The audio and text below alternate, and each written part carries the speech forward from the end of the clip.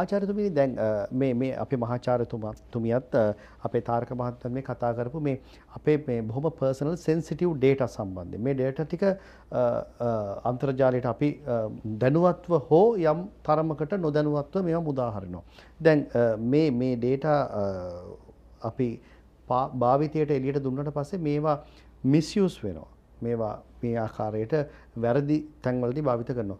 මේ සම්බන්ධයෙන් තියෙන නීතිමය පසුබිම මොකක්ද? එවැනි අවස්ථාවකට වින්දිතියෙක් බවට පත් වුණොත් ගන්න ඕන ක්‍රියාමාර්ග මොනවද? හොඳ ප්‍රශ්නයක් සම්බන්ධ මහත්තයා මම ඊට කලින් චුට්ටක් කැමති එකතු කරන්න. අපි කතා කරන්නේ අපි සාමූහික වශයෙන් පරිගණකය පාවිච්චි කරනවා, අපේ ජංගම දුරකථනය පාවිච්චි කරනවා.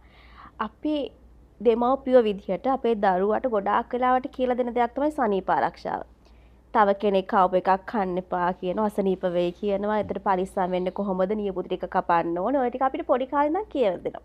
හැබැයි ඔය සයිබර් කියන වචනයත් එක්ක පටන් ගද්දි මම දැන් ක්‍රයිම්ස් ගැන කියද්දි, අපරාධ ගැන කියද්දි මම කියවනේ කම්පියුටර් කාර්ඩ් පස්සේ කම්පියුටර් ක්‍රයිම්ස් ගැන කතා කරන්න ගත්තා. දැන් සයිබර් ක්‍රයිම්ස්. ඔය සයිබර් කියන වචනයත් එක්ක දැන් තව දෙයක් තමයි සයිබර් හයිජීන්. අපි ළඟ නැති දෙයක් තමයි සයිබර් සනීප ආරක්ෂාව. අපි අනිත් හැමදේම කියලා දුන්නට මවුස් එක අල්ලන විදිය කියලා දුන්නට ඉස්කෝලේදී මවුස් එකෙන් වෙන්න පුළුවන් අනතුරු ගැන අපි කියලා දෙන්නේ නැහැ. අන්තර්ජාලයට ප්‍රවේශ වෙන එක ගැන අපි කියලා දුන්නට ඒකෙන් අපි කොහොමද පරිස්සම් වෙන්නේ කියලා දෙන්නේ නැහැ. ඒතර අපිට සයිබර් හයිජීන් අපිට සයිබර් සනීප ආරක්ෂාව කියන එක හරි අඩුයි. ඒ දැනුවත්භාවය හරි අඩුයි. එතකොට ඔය දේත් එක්ක අපේ පර්සනල් ඩේටා අපේ පෞද්ගලික දත්ත අපි තව කෙනෙක් අතර වැරදීමකින් හෝ අපේ දැනුවත්භාවයෙන් හෝ අපි නොදන්න විදිහට ගියා කියලා අපි හිතමු. එතකොට ඒ වගේ අවස්ථාවක අපි දැනගන්න ප්‍රථම අවස්ථාවේදීම අදාළ අංශ දැනුවත් කිරීම හරිම වැදගත්.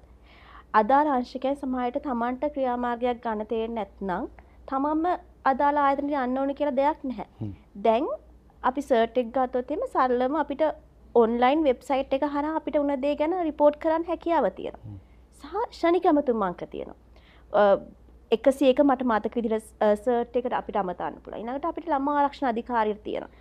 කොච්චර ළමයින් සම්බන්ධයෙන් තියෙන ප්‍රශ්න වැඩි වෙලාද සයිබර් අවකාශයත් එක්ක කියලා කිව්වොත් දැන් සයිබර් ඩිවිෂන් එකක් වෙනම අපි මේ කටයුතු සම්බන්ධයෙන් වැඩ කරනවා. සයිබර් බුලින් ගැන අපි කතා කරා. සයිබර් බුලින් නිසාම දැන් අපිට තියෙන තව අලුත් වචනයක් තමයි සයිබර් බුලිසයිඩ්. කලින් අපි සියදිවි නසා ගැනීම තිබුණා. දැන් සයිබර් බුලින් නිසා සිද්ධ වෙන සියදිවි නසා ගැනීම. එතකොට ඒක අපිට කියන්න කෙනෙක් නැහැ. අවාසනාවට අපි ගොඩක් වෙලාවට දැන් උත්තර හොයන්න උත්සාහ කරන්නේත් chat GPT එකේ.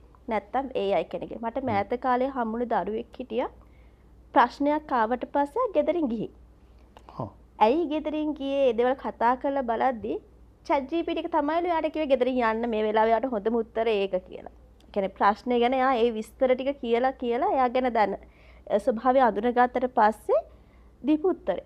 එතකොට අපි දුක කියන්නේ අපේ ප්‍රශ්නේ කියන්නේ එතනට නම් එතන ආයේ අපිට හරි අමාරුයි. එතන දෙමාපියෝ එක්ක තියෙන සම්බන්ධතාවය හරි වැදගත්. එතකොට අම්මට කියන්න පුළුවන් නම් තාත්තට කියන්න පුළුවන් නම් නැත්නම් වගකිව යුතු කෙනෙක්ට කියන්න පුළුවන් නම් ඒ කෙනෙක්ටත් හැකියාව තියෙනවා අදාළ අංශ දැනුවත් කරන්න. අපි දාන අර මහාචාර්ය කලින් කිව්වා වගේම අපේ ආයතන ගොඩක් වෙලාවට හරිම කාර්ය බහුලයි. මොකද ඒ තරමට ලංකාවේ තියෙන පැමිණිලි තියෙනවා මේ වෙද්දි.